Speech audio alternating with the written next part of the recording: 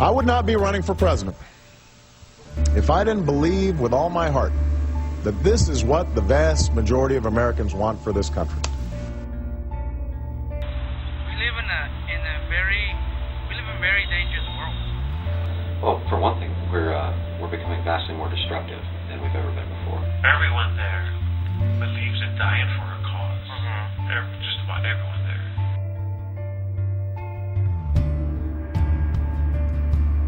Right now, one of the newest systems that they have, and it's still classified as the EMP, it's actually an electromagnetic pulse that is shot at the enemy, whether it be its facility or its area of operation. So what it does is it knocks out all kinds of information, computers, any kind of systems. And it basically puts the enemy blind, makes it blind, so they can't communicate. We can do that. So there's a lot of weapons out there, biological, chemical. And right now, they even what they call dirty bombs, which are actually improvised nuclear explosives that can be used to destroy a small town or even a whole city. It's up to their imagination on how they want to use it. Because a lot of these biological weapons can go airborne, and in a matter of minutes, they can infect a group of people, the whole city, and then spread to other different cities, and real difficult to contain. So a lot of these weapons, it's just a matter of when it's going to happen or who. So the threats are out there. Global terrorism is out there, and it's a fear that a lot of governments have.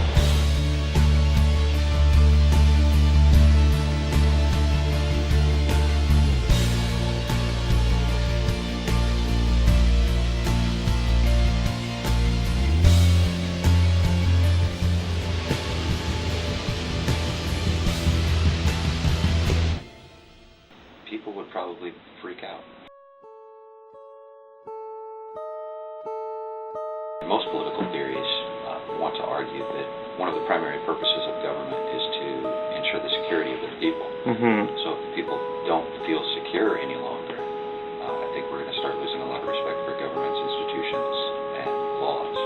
So yeah, things could get real interesting. We live in a world influenced by the multimedia, by Hollywood. We only see what they let us see. Most people live by what they see on TV, not what the federal government tells you, what the government tells you. So a lot of people don't even know what's going on. A lot of people see the news, they don't know that the news is also influenced by the government. So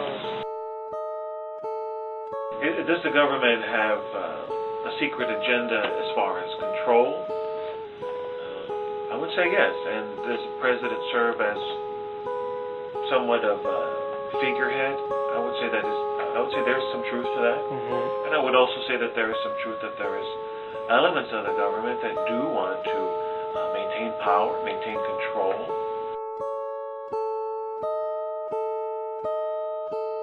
For Hobbes, the state of nature would be something like a war of every man against every man, and we sort of form governments to secure the peace, so we're not always fighting each other.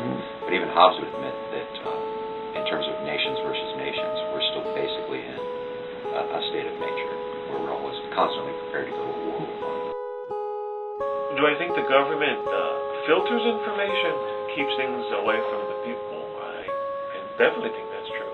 Everything is like a network between all the countries. So whatever happens in the Middle East, it can affect the world. Oh, absolutely.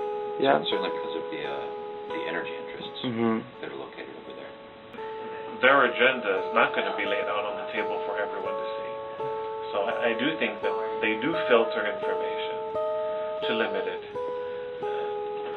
Either whether they think it's for our best interest or just because it's within the best interest of the country that we don't know because they're trying to maintain our protection and our status of a world power. At this moment, in this election, we can come together and say, not this time, not this time.